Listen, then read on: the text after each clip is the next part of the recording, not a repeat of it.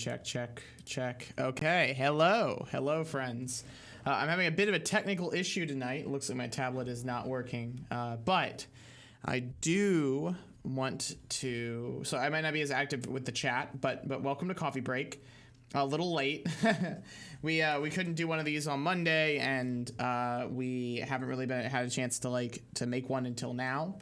And I figure 8 o'clock on a Thursday night isn't the worst time to stream. As for other stuff, I just want to quickly do a little of our intro related shit, and then we'll get to it, right? So first of all, let me read the land acknowledgement.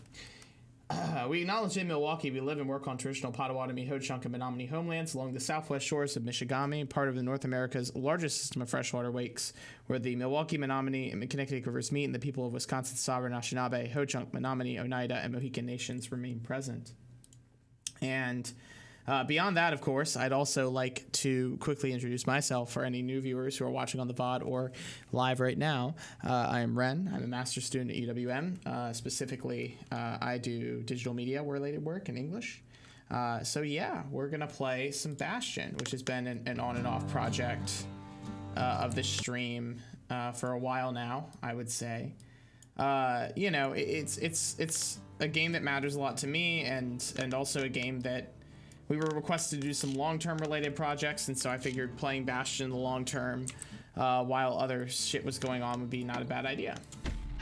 Let's pick up from where we were. I don't remember. It's been probably 2 or 3 weeks since I've run one of these. All right, we gotta fix that audio because that is super loud. This is what you get for not playing for forever, I suppose, right? Yeah, that should be fine. We have the subtitles turned on as well, so we should be good.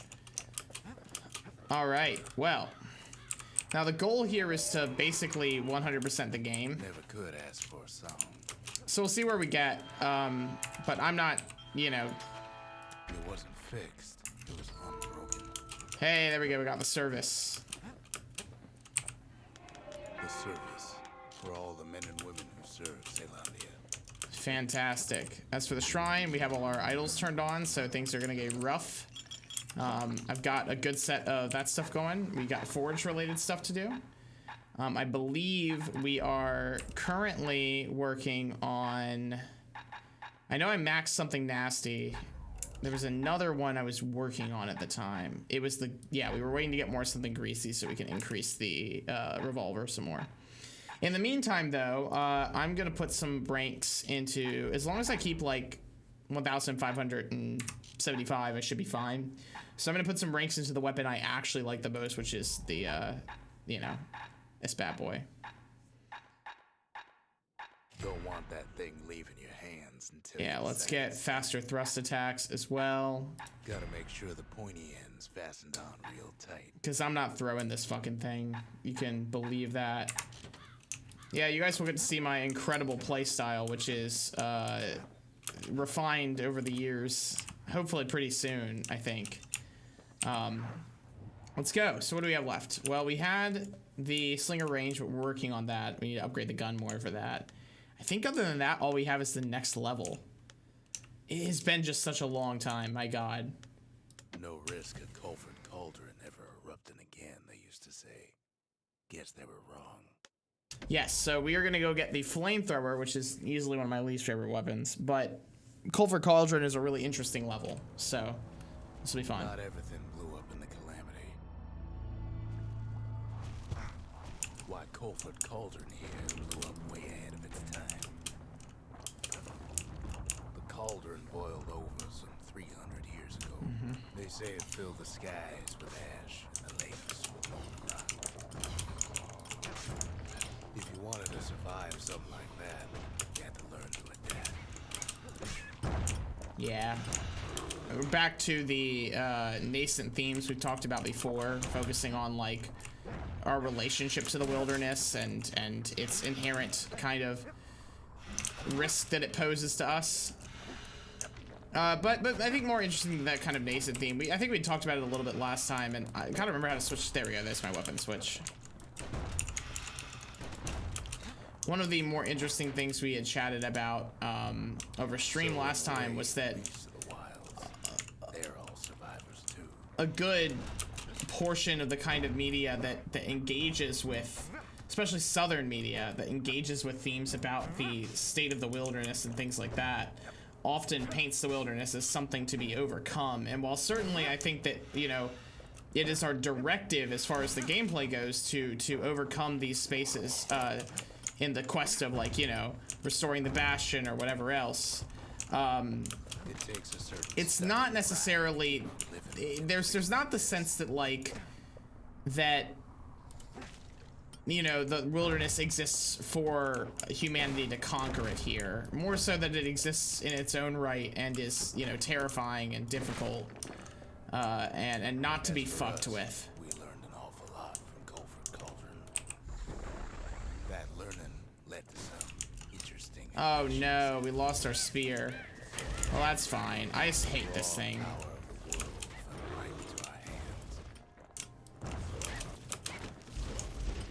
This is probably gonna be the hardest level for me because I don't like the flamethrower and it's replaced my best weapon.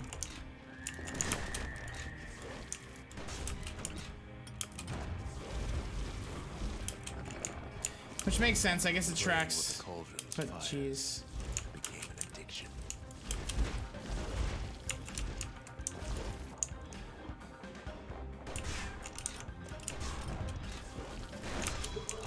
Oh, Lifeline saved me there.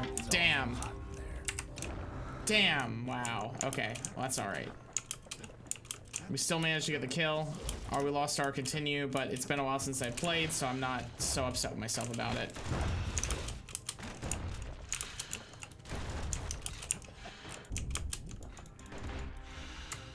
Oh, I can counter those? That's good to know.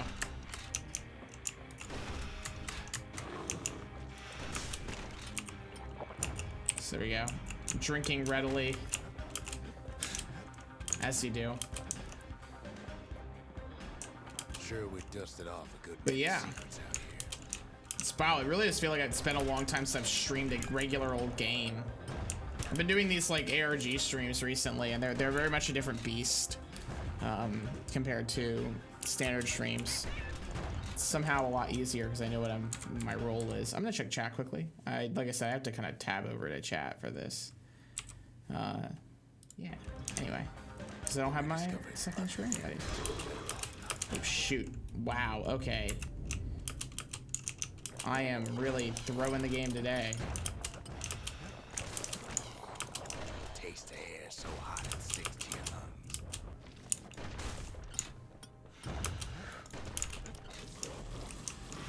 Yeah, the other thing that's interesting from a mechanical standpoint about the flamethrower is, unlike most of the other weapons in the game, it has a actually functionally incredibly limiting amount of ammunition. Now you can upgrade that, but in a way that the other guns in the game aren't really limited by their ammunition. The flamethrower feels very dependent upon its fuel supply. It does like combo well enough, especially with other weapons, but it like definitely fills a niche. It's just absolutely my least favorite weapon in the game.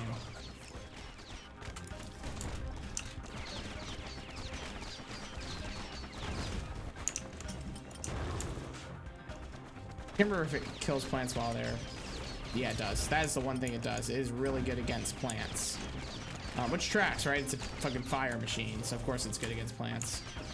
I'm playing really safe here. I just do not want to die again. You can cook those things, but you can't eat them. As usual, Rux's voiceover is on point. But yeah, it's interesting to me, again, this kind of indication from Rux that Caelondia found the cauldron, thought, well, how can we engineer with this? And then, you know, became overly fascinated with the kind of death that could be incurred by, you know, by burning everything around it. And I guess this is kind of true to the development of the flamethrower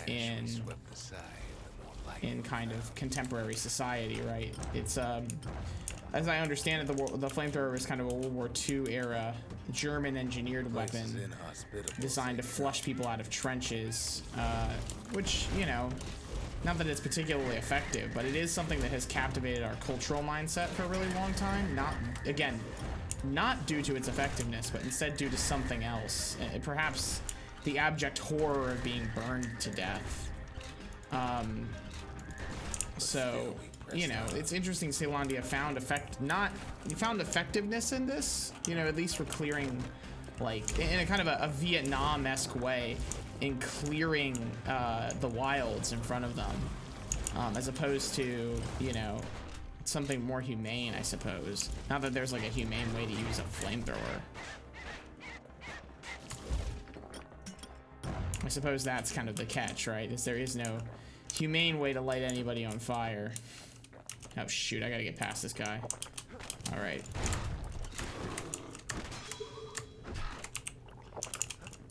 Got a counter in. I don't think that's enough to kill though. He's gonna come at me pretty soon. There it is. Nice.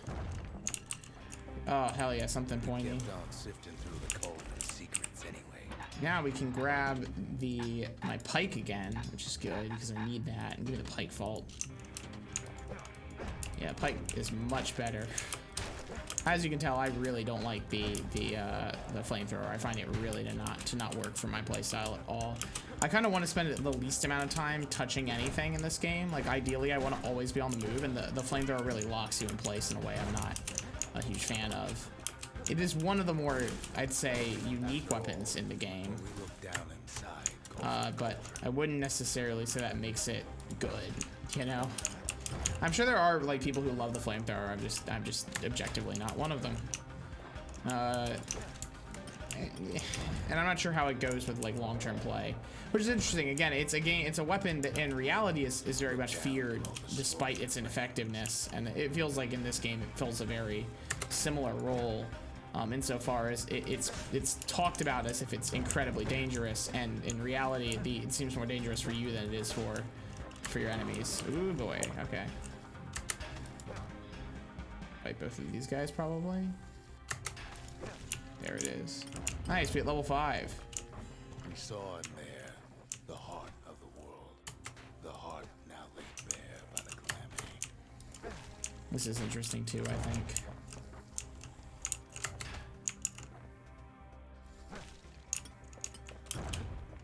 I would.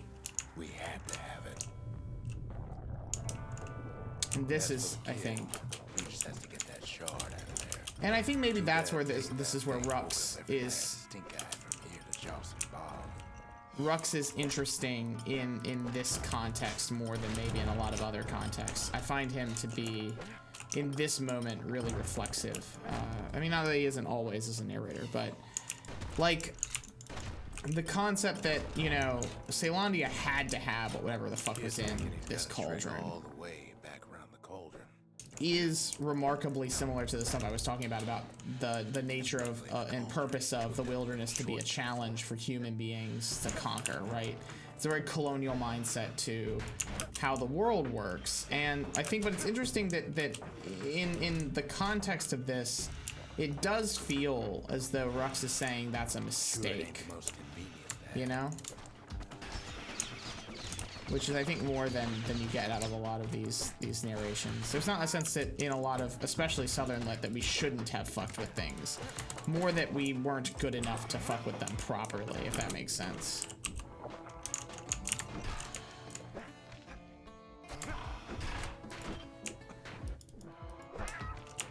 Which is its own way kind of problematic. As it implies there is some sort of purer, more effective colonial apparatus that we just couldn't ascertain.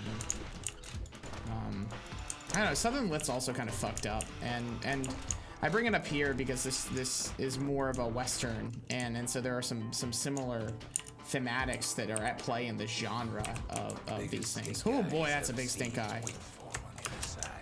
Alright, I should drink. Let's get it on top. Nice. That is a good fucking skill, except it puts me right in danger. It's an okay skill, but it's cool. It's a cool skill. It's the Dragoon ability from Final Fantasy XIV. That's what it is. Oh, Jesus. Oh, no, I'm so dead. Oh, fuck. God damn it. I think I have to do all of it again now, which sucks, but... No, okay, No, I do have to do the whole thing. God damn. I lost so much on that first half of that before I got my, shit, so, together, so... 300 years ago, they say it filled the skies with ash and the lakes with molten rock. We should be able to do this pretty effectively, though. If you wanted to survive something like that, you had to learn to adapt.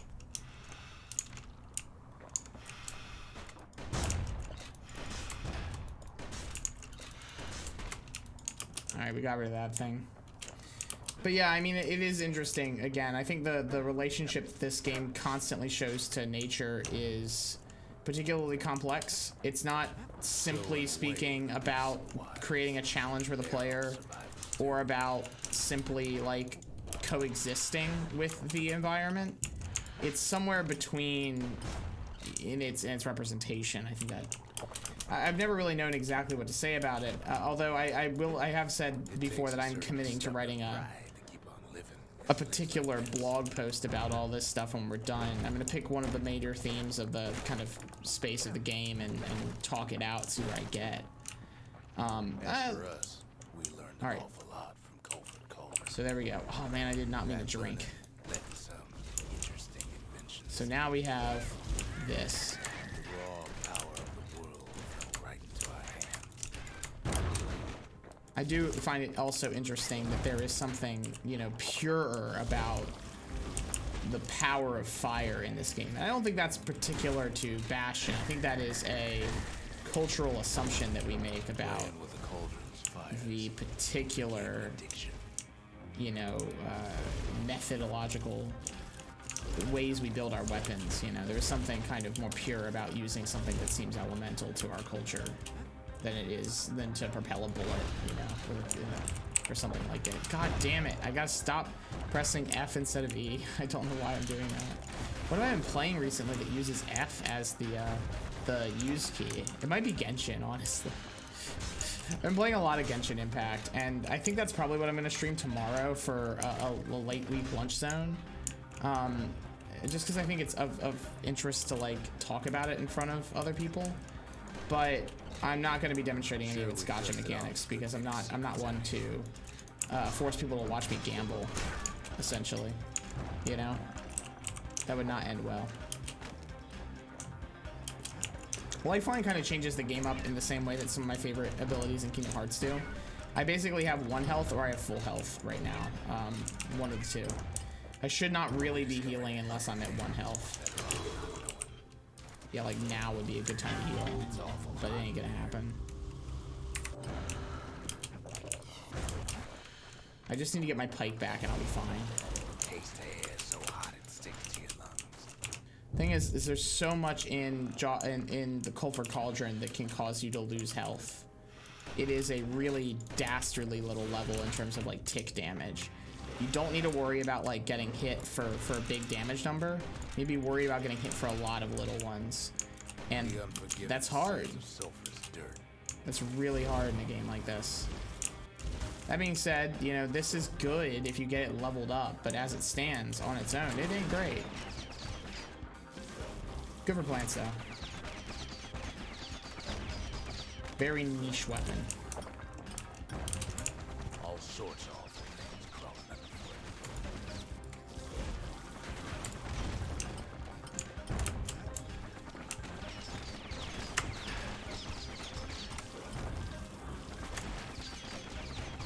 Oh my god, okay. Those things, but you can't eat them. Okay, here we go. I'm playing it as safe as I did last time.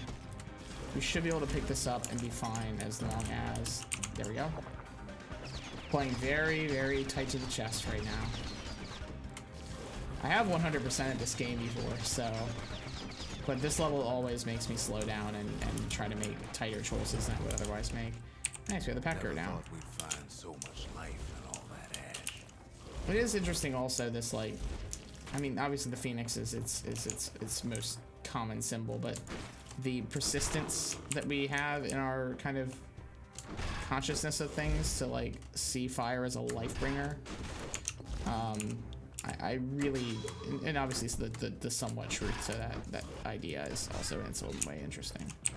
Oh my god, we lost. So let's swap out the fire bellows for the butcher's pike. Get the pike vault back. So we should be in much better condition now.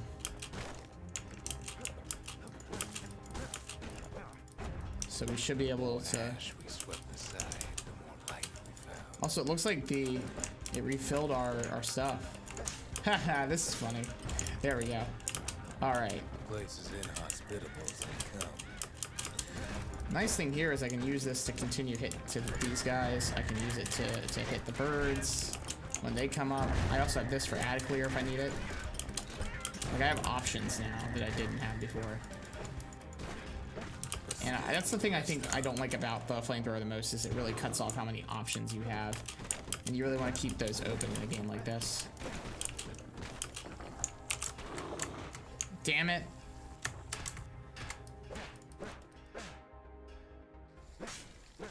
There we go. Pike's really good. Pike is insane. After all, when we look down inside Nice crit. Culford Cauldron,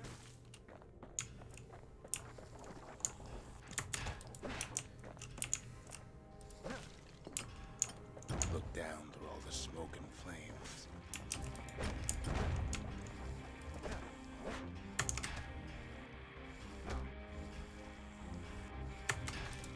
I just love the music as you're like walking up this last area. The heart of the world, the heart now laid bare by the calamity.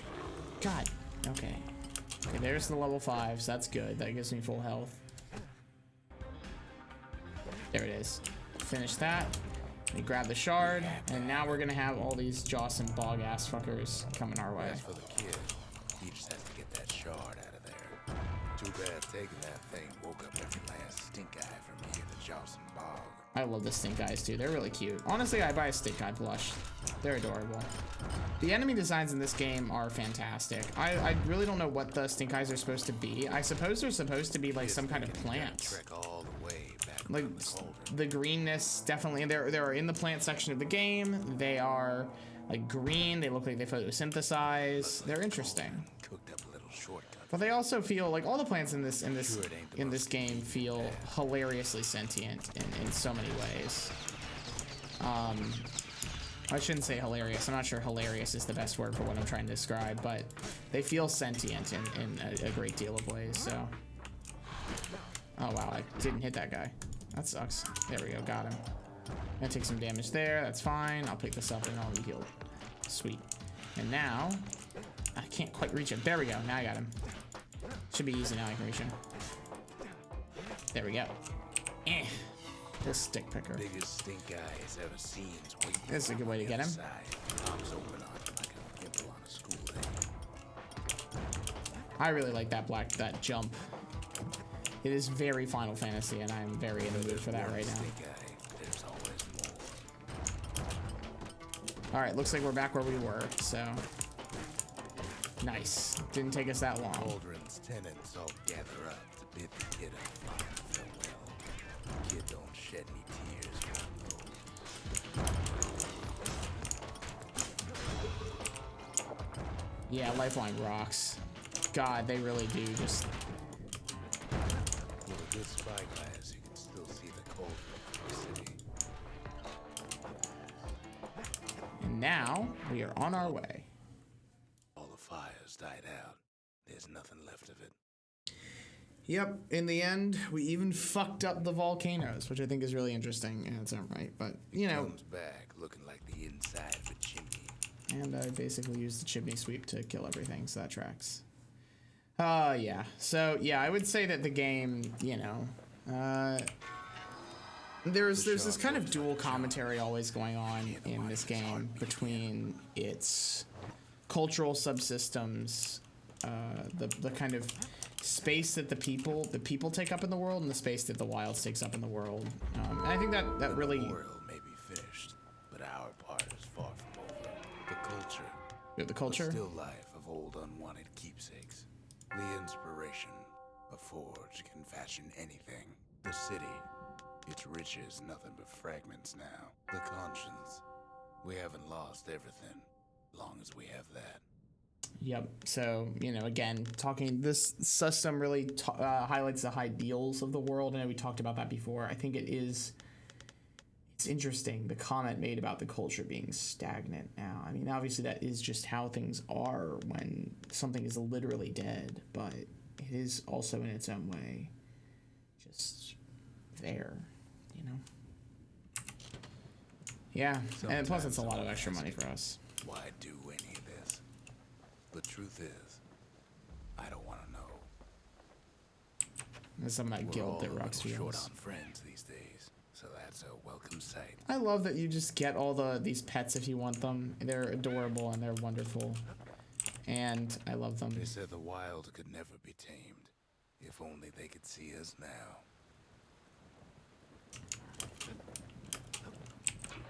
So now we have, I think they should probably gave us one of the, I don't know. Yeah, they gave us Trigger Blitz, which is good. I guess we got that a while back. Snooze Dart. Yeah, so I got a couple other things in here. I'll be running this loadout for a little while though. As for the forge, let's, we have a lot of cash now, so I'm going to go ahead and bump the Brusher's Pike up again. Really want that fucking heavy counterweight. Solid balance. You've got what you need. The Pike gets nasty, man. I love the Pike so much. As for the, I could also tune my musket a little bit more if I wanted to, but I'm gonna be moving off of the musket as soon as I get a certain weapon, so I'm not so concerned about it. And we do get another one of these, which, I mean, you get a lot of fucking buffs in this game. We probably want to take, for this, God, either Black Rye is really good, Cinder Brick's great, Lunkhead is fantastic, especially in the late game. Extra crit chance, always, well, it's only active at full health that doesn't really work out for me. The extra health is nice too. I think I'm gonna take Lunkhead, because countering is just important to the game, so. Too bad it's like drinking a saddlebag. It's good to have. We might have everything out of the Lost and Found too. Might be really coming up on the end here. Spotted a pecker carrying a shard to Mount Zan. So yeah, so now we have access to Mount Zan, which I think is one of the last Wilds levels in the game. I think we're really coming up on the end here. We also have the Proving Grounds for the Incinerator, so we're gonna try that. I might need to do some upgrading on it. I can't remember if I have to tune it to actually make this easier or not. Home of the hottest wings east of Ceylondia. Ha In ha all ha. seriousness, the incinerator was a dump, and it had a problem with peckers. Yep. So we are gonna use these to kill peckers. That is the plan. We couldn't just torch them all at once. We had to use restraint. Now the incinerator does tick damage. Oh shoot, I can walk through here? I didn't realize that. Now it does tick damage. There is some benefit to like landing a hit on all the peckers as quickly as possible. Okay, there we go. And we're gonna run out of time here, unfortunately, because I didn't realize I should walk forward. Also, now all these peckers are here, and that's just a pain. Yeah, it really shouldn't be that hard to beat this one. I don't think. I think the hardest thing is running out of. You'll run out of fuel rather quickly, which is also just the problem with the incinerator on the whole, or the bellows on the whole. It's really a tough weapon in terms of figuring out exactly how much fuel to use. Oh my god, okay. Whew. There we go. We should have a little bit more time here.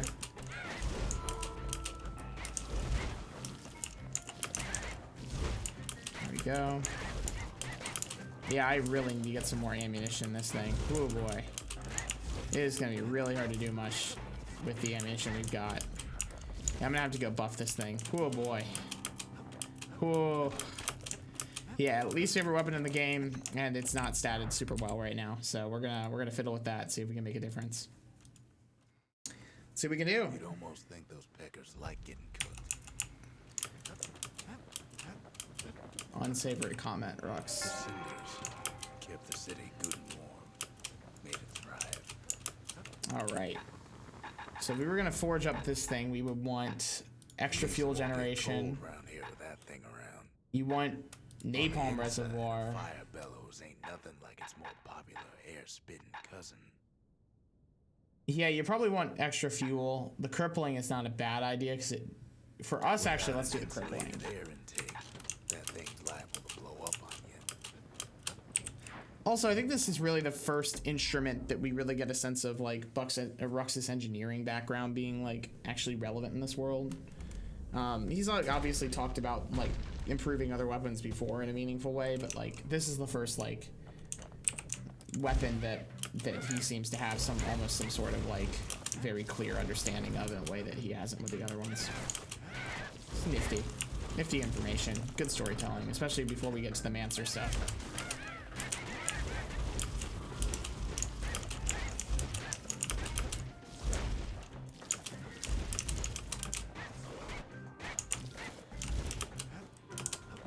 And I think that's it. Too bad we can't all fly.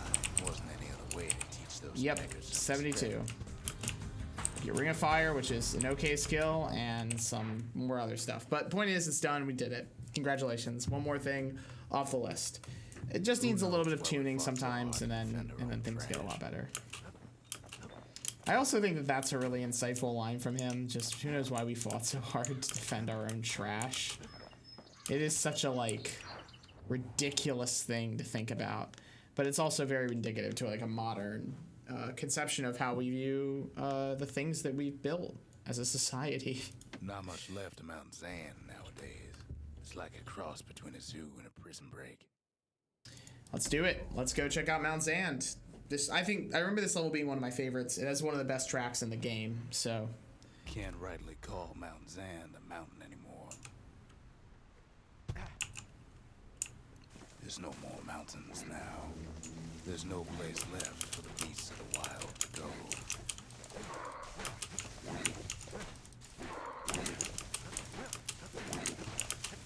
I'm sure there were So more they figure mountains. they'll hold out right here on a slab of mountain the Calamity forgot.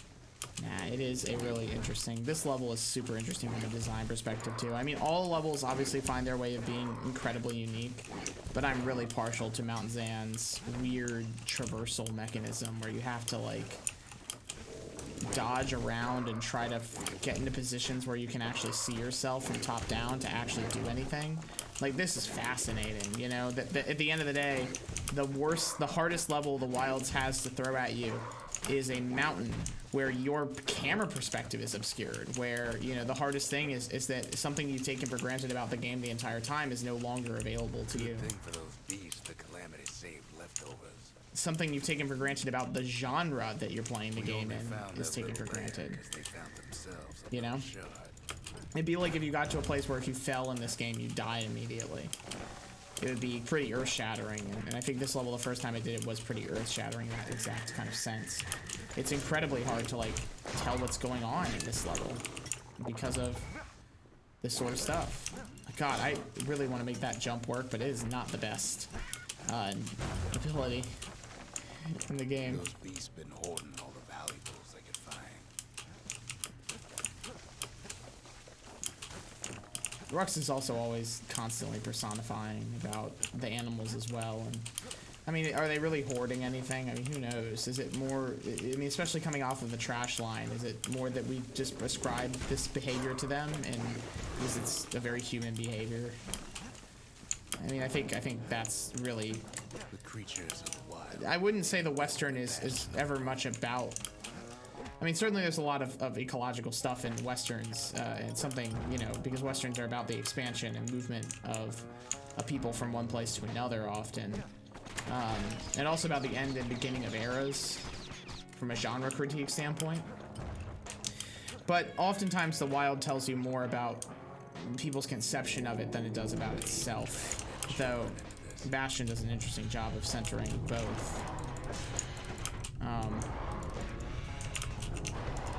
There we go. Ankle gator down.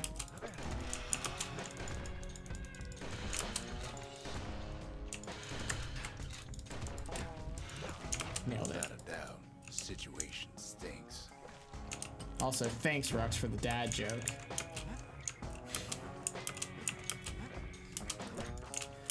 Oh, God, okay. Here we go. Big moves here. Oh, God, ow, ow, ow, ow, ow, ow. The beasts of Mount Zan go all out. Yeah, that's a see, here we go, another case where that attribute of this level is used against you. Best thing we can do for those beasts right now is put them down quick and clean. I'm not sure that's true, Rux, but okay. And he also makes assumption about the point where these kinds of assumptions are coming through and affecting the ideology of your actions are interesting. I don't think that's what the kids, like, that's not my intention going into this level. And it's not how I read the kid is always doing exactly what Rux thinks that he's doing. Okay, here we go.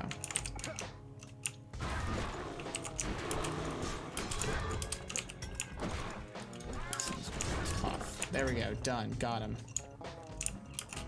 That is I cannot believe I got that. What the city left behind, those beasts took for themselves. We did get a gramophone. That's cool.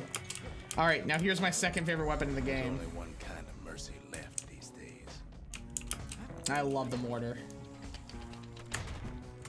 This is my combo for the end to the rest of the game is mortar pike. Get ready for me to do some dumb shit. We're officially in. Ren knows exactly what they're doing time. Look at it this way. It's either them or us. But if we win, they win too. Our bastion is everybody's game, not just ours. Again, it's an interesting notion. It's interesting that the game Unfortunately, leads us to believe there's no otherwise. explaining that to a simple beast.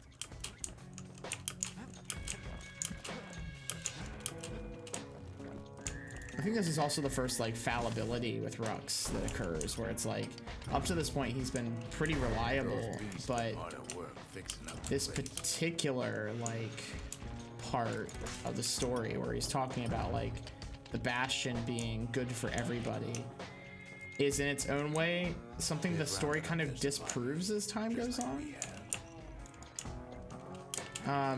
But you know, that's spoilers. I don't really want to get into it right now, but I do want to talk about it when we get to the end of the game, of course.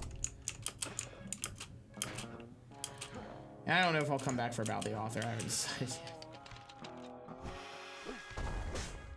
They've been searching for cores and shards, just like we have.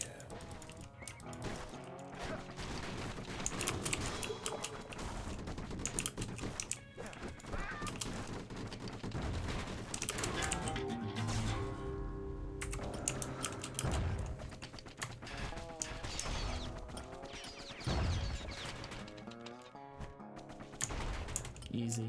Maybe they've thought about turning back, just like we have. And I think it's very clear here, especially that Rux is projecting, right? I mean, unless the beasts in Bastion are far more intelligent than he lets on, they probably haven't really been searching for anything. But I mean, of course, you know. We just really need their shard. Kid got it fair and square. But it is more than reasonable to assume that he, you know, is talking about other parts of this whole thing, like other parts of the system, other competing moralities. Really, this caps off the wild section. It becomes so clear. Mount Zan is all the wild. Oh, shoot. I could have just run out of there, but I wanted to beat it. So, damn. Alright, well, we have to do it again now, because I'm a dumbass who didn't fucking just complete the game, but went on to try and do it right. Which is fine, I just had a lot of, like, reading and shit. We should be able to just roll through this. I'm pretty sure I already have everything that I need here, so... I could just speed run this whole section now, if I wanted to. In fact, I'm going to. I want to get on with the game, so... We're just gonna go faster here because I've already picked it all up. They found themselves a little shard. The creatures of the wild, they've been building a bastion of their own, but they ain't yet prepared for any company.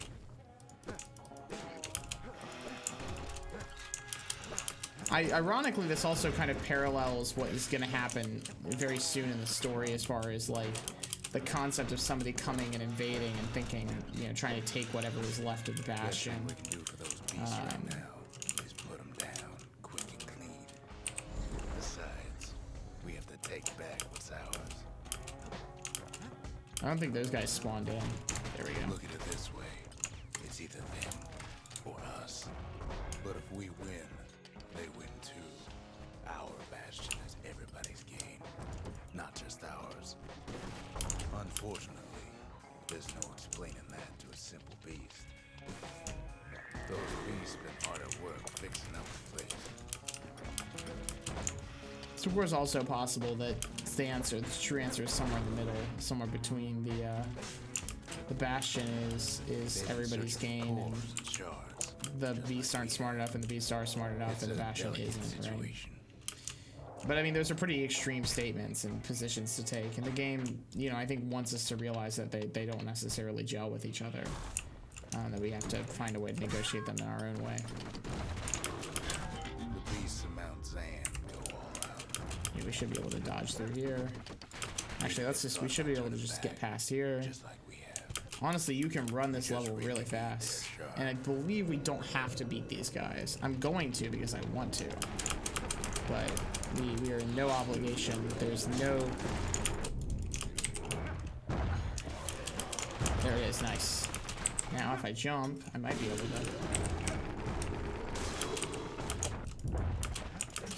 do this. Shit.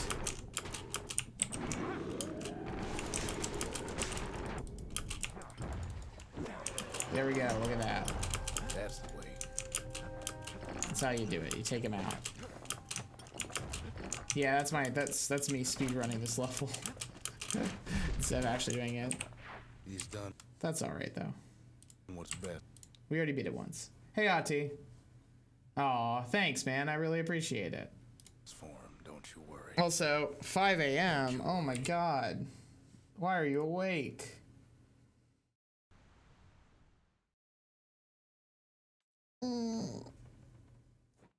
We'll all be better off once the bastion is complete.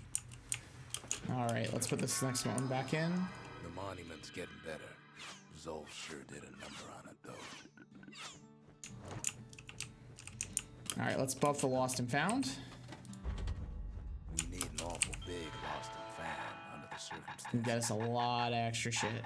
Oh, shit, I didn't pick up the gramophone. Fuck. Oh, well, that's alright. I thought it gave me everything, but it clearly didn't, so let's buy all this shit.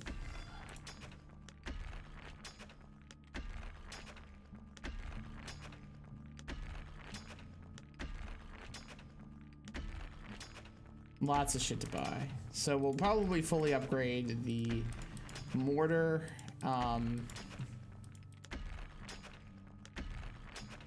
There we go. So that's all of the lost and found shit. Fix that thing right up, didn't we? Made these goings on a little livelier. Yes. So now that you have the gramophone, you can now actually go use it, as I recall. Suppose it's true, a little song can put things in perspective. And just play any tracks from the game that you so desire whenever you want. Or at least it's supposed to spawn in. Maybe it doesn't spawn in until New Game Plus. I don't know. So we can fully upgrade the pike. You really, God, ignoring armor is so good. And then we have something burnt, which will allow us to start doing these two. I'm a bigger fan of that and the faster aiming speed. As for this, we should go ahead and put some more stuff into there. And then we need to get... into the wilds and back. Really, I think we're good on that. We probably don't need to put any more into it. So let's go do that challenge that we ignored before. Also, we should have a lot of new stuff to do. Yep, lots of new stuff here. I'm gonna go ahead and grab... I think I'm still gonna keep Pike Vault just because I think it's a cool ability. Now that's some terror from the high seas. What can I say? The Pike and Mortar is like the best combo in the game. Just a couple shards left. The quarry. Yes, so Burnstone Quarry, we've got the Boundless Bay. Both of those are necessary. We've also got the Slinger Range. We're gonna go ahead and do the range. I think we can finally get that done. I think we can get the mortar stuff done. If I can do those two things, then man, oh man, are we basically set to go for the end of the game next time I get on. We're pretty fucking close. I think it's shift. Is it shifted? Yes, it's shift. Okay.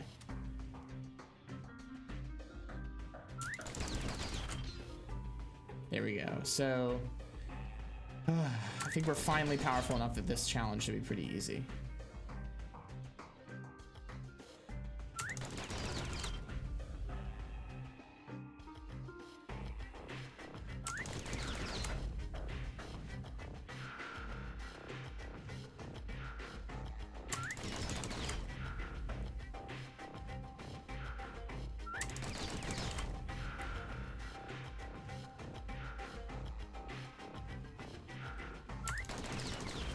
I get really into this one. I don't know why.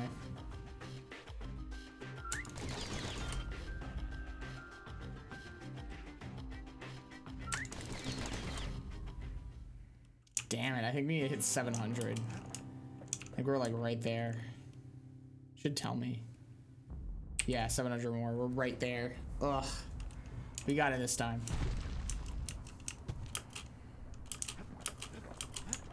I'm sorry if I'm a little off today. Like I said, it's been a while since I've done a stream that was me playing a game as opposed to an ARG stream. It's a very different vibe. Not that I don't enjoy both. It's just, you know. Also, it's nice that Ati popped in. I don't know if Ati is still here because I'm still having that issue with my tablet where I can't see the chat. I have to pull the chat up separately. But the support is appreciated.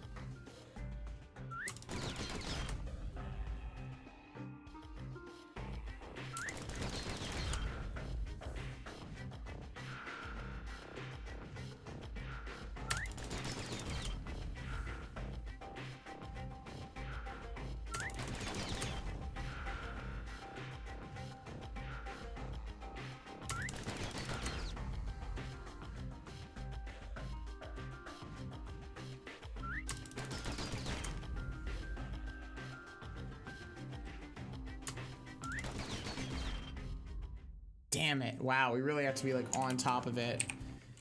I like definitely have everything I need to do this, and I just need to be completely dead set focused on accomplishing it.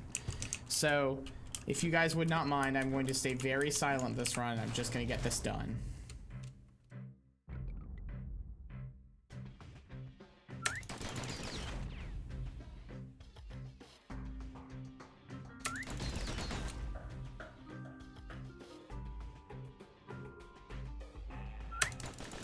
Oh my god. What the fuck? What? Isn't shift supposed to...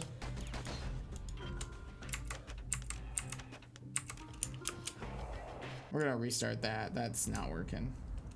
I don't know what happened there. Yeah, the targeting mechanism just stopped working.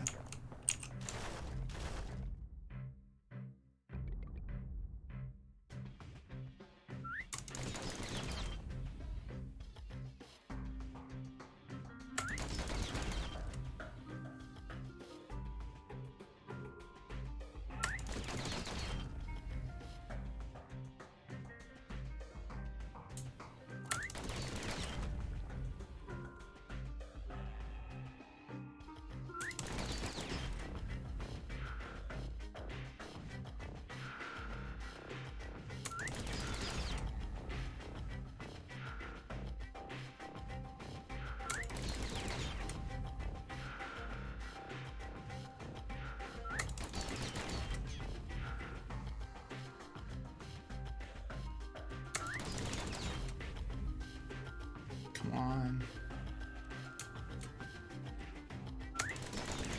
Got it. We're done. Nice. Fastest shot I ever seen.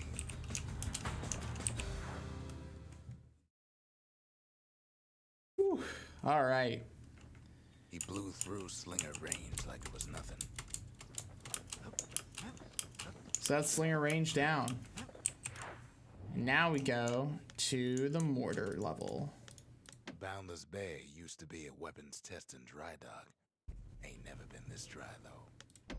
Now, Boundless Bay always reminds me of like the old nuclear test sort of stuff, which is interesting because that's also the direction this game is going in. And our ship's mortars were unstoppable. At Boundless Bay, our Navy put those mortars through a rigorous inspection. So this one, I They used believe, squirts to simulate is explosive 5 impact on the surface of the shots. sea. So the goal is to get them when they're both moving through the center there with a charged shot.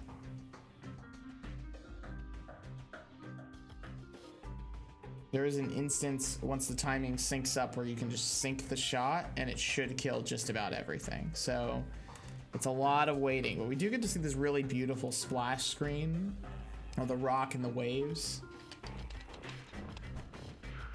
Choosing targets with those That's mortars fine. is one of the trickiest And parts. still kind of make that work.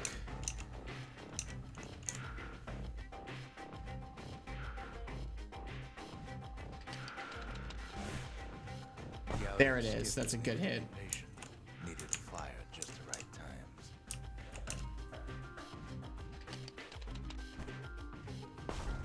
There's another good shot. Really want to maybe go one more time right here when I move. There we go. That's pretty good. I think I have one more shot in me, so we'll just wait and see if we can get these guys to group up at all. If we can, then we'll try to hit that area. So probably right about here. Nah, okay. There we go. Look at that. Something burnt, something heavy, and bomb barrage. And bomb barrage is the ability I'm going to use for the rest of the game. Like, we have the kit now. Good thing we got to that mortar before the beasts of the wild learned how to use it. I love the implication that the people, the beasts are smart enough to understand how to use a mortar. Like, that is fascinating and also really cool world building here. So I think we'll be fine with what we've got as long as we have our kit fully built out. So let's grab bomb barrage.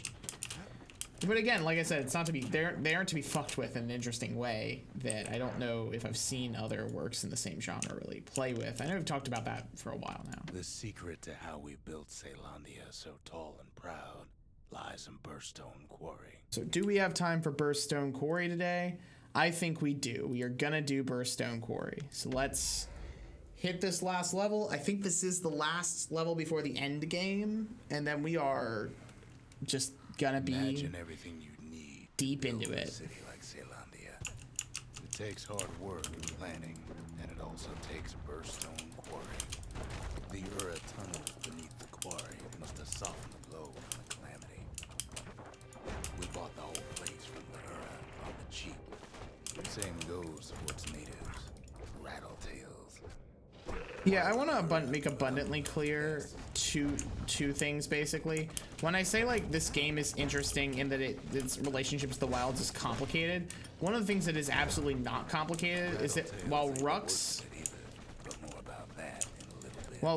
presents a really interesting and dynamic vision of how the wilds works, it's worth mentioning that like Caelondia as a civilization seems to have been pretty straightforward about conquesting and, you know, using the wilds. And this quarry is probably the best indication of that in particular. I find it interesting that the Ura had left these animals that were native to the quarry alone that, you know, the Caelondians would not do. And it presents a different vision of the relationship of a culture to its wilderness. Than Caelondia clearly had. Remember things.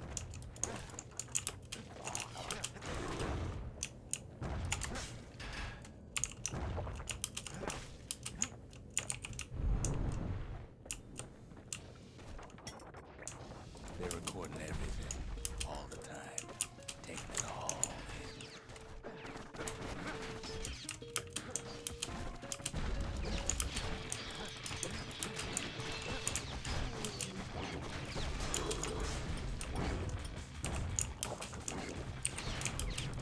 No wonder all those beasts were drawn to the quarry. The rocks were calling them.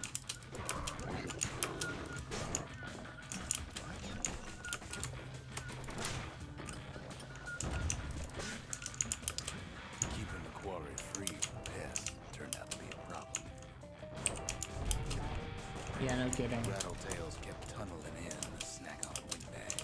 Now, why would the Ura sell off such a fascinating place? The Ura always were a superstitious lot.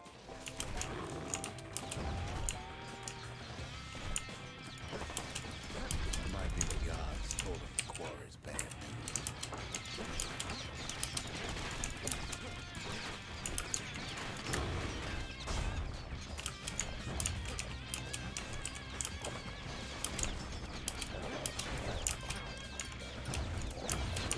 This level is also way more complicated and challenging in ways that the other levels aren't. You know the Ura hated anything above ground.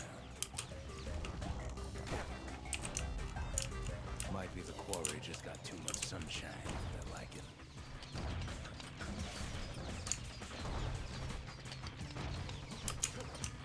Normally I don't fully charge that thing, I just kind of turn around and pop it, like so. That's a pretty good job.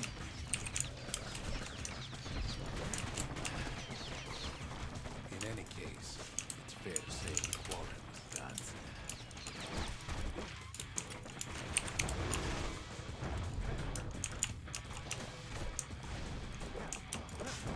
Yep, so we can pop armor now with the spear, so that's really useful. Those rods, all polished to a mirror sheen. We should backtrack here for a second, by the way.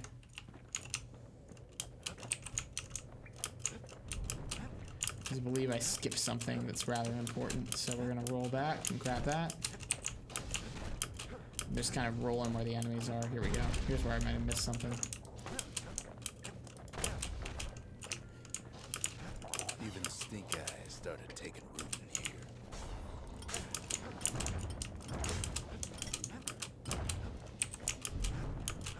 Pop that over here.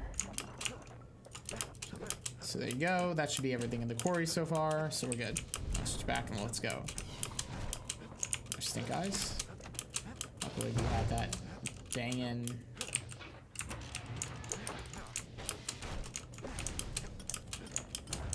Stuff. Yeah. There we go. And on we go. The largest ones we know as cores. Yeah, so now we learn the origin of cores for the first time ever in this game. It's kind of crazy. Again, though, I mean, like, this is another thing that is, you know, given to Caelondia by the Ura in large part. Obviously, it was a purchased deal, but, you know, this was still, like, it's another instance of Caelondia taking from the Ura in a way that benefits them from a technological perspective. Smaller ones, we call them shards.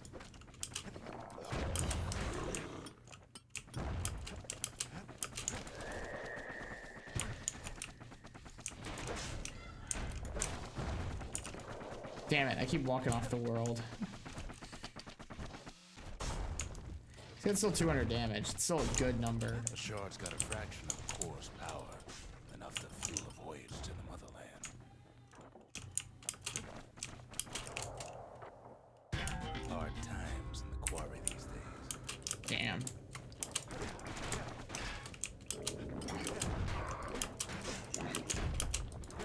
Well, now the quarry's all dried up. These rocks are much too young to be of use. So they milked their resources dry. It's crazy. Worst thing in the quarry. Oh boy, that's a big one, That though. honor goes to the beast we took to Colin, Sir Lunky. Massive thing stomped any of our movement. We just couldn't get rid of him. The only thing harder than the rocks burst in the quarry. Got him. Sir Lunky's head. We never could get stubborn old Lunky to leave the quarry alone. Then the kid hears a voice calling from down the hall. Are you alright? It said. So we gotta clear all these guys out. Normally they spawn during the fight, but we killed them too fast because I used a tonic and threw 50 fucking mortar rounds at him. All right, here we go. It's him. I've come to warn you, he says. The Bastion is under siege. Let it fall. You should not go back.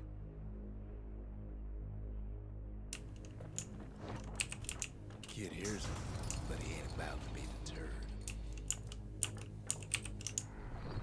If that's the way it is, he says, then I won't stop you. Because my countrymen will. Yeah, so it turns out all the Ura survived, which is also just, again, another interesting twist in this whole story, especially since the calamity seems to have been caused in large part because of the Zealandia's mistreatment of the Ura. But he's a man of his word. So that's it. That's like, we need to retake the Bastion, and then we are in the final levels. Pleasantries, though. Too bad for that. There we go. That's the Mercy. These guys are easily the hardest enemies to beat. The Ura are the most capable enemy in this entire game, and they will fuck you up every single time. They are terrifying. And by that I mean, of course, that they are just very deadly. Incredibly skilled fighters. I should have told him sooner about all this. Probably should have, Rux, because keeping things from the person who you're getting to like try and do major things about the world, make decisions about people's lives is like not a great look. Unfortunately, they broke in and they started digging their hole. Something wrong sprung out of those holes, and it's eating away at this place. We tried to stop it, but we needed it. So you want to take out the ranged one first. Those guys are difficult to predict and even hard to block. So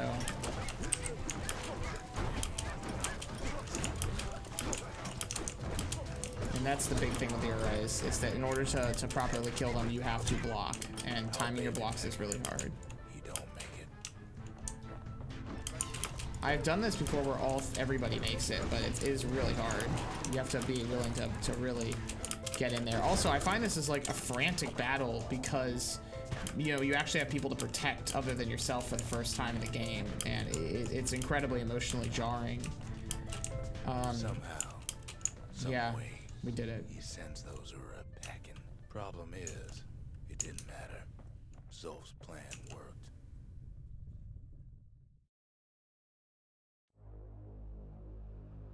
We find each other as the dust settles.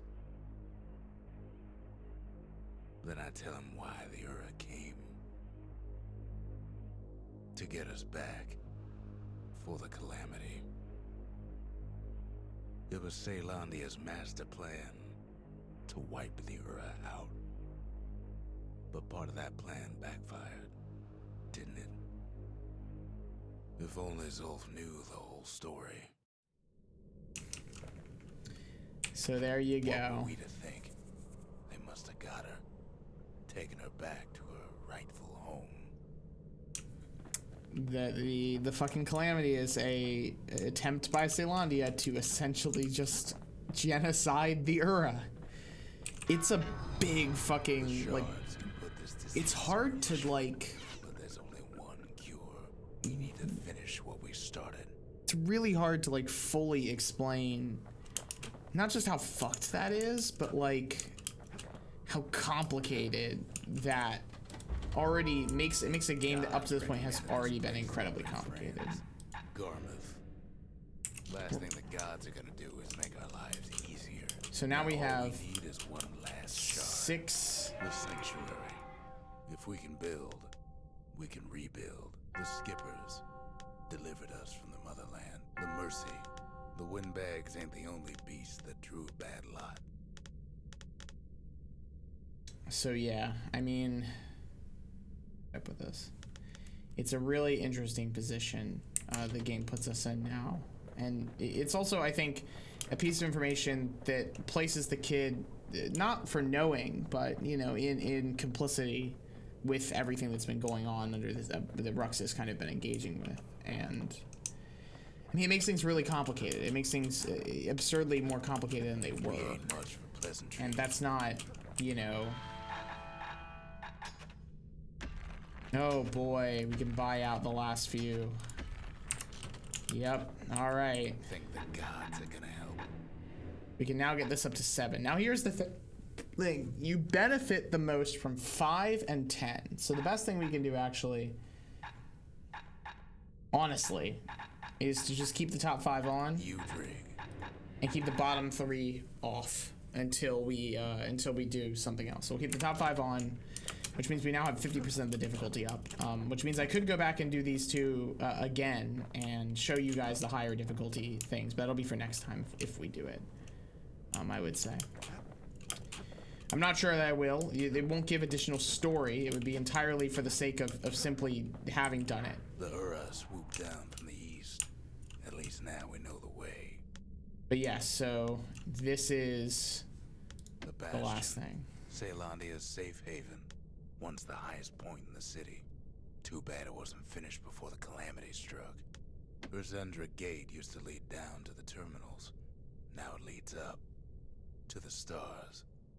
Yep, so we will be coming back and doing that next time. We'll be finishing the game and talking about the complexities of its bizarre directions that it's taking in both its kind of last moments of commentary about the wilds and its last moments of commentary about the racial relations that have been going on, the violence that Caelondia has inflicted upon the Ura. And then where that places us in our decision making at the very end of the game, it's complicated. I mean, more than obviously it's very complicated, but it always is. But I mean, we really are now responsible in so many ways for deciding what happens after a group of people attempt to genocide another group of people. So anyway, I'm gonna leave it there on genocide. And I'm gonna see who wants to join me for the last episode of the Bastion playthrough next week on Coffee Break. So, you know, thank you for joining me so far. After this, we'll be playing Transistor, which is a fantastic game. And then I will decide after Transistor if I want to cycle back and kind of hit some of the more technically difficult levels in Bastion. I haven't decided if I want to just play the game out as best I can, or if I want to truly go for 100% New Game Plus as well. So we'll see where that goes, but I suspect it'll go good places. I am gonna grab the barb spearhead. Can cut to the bone, but that one can cut through it. And I'm also gonna quickly, while we're here, grab the high explosive charges. So that's all.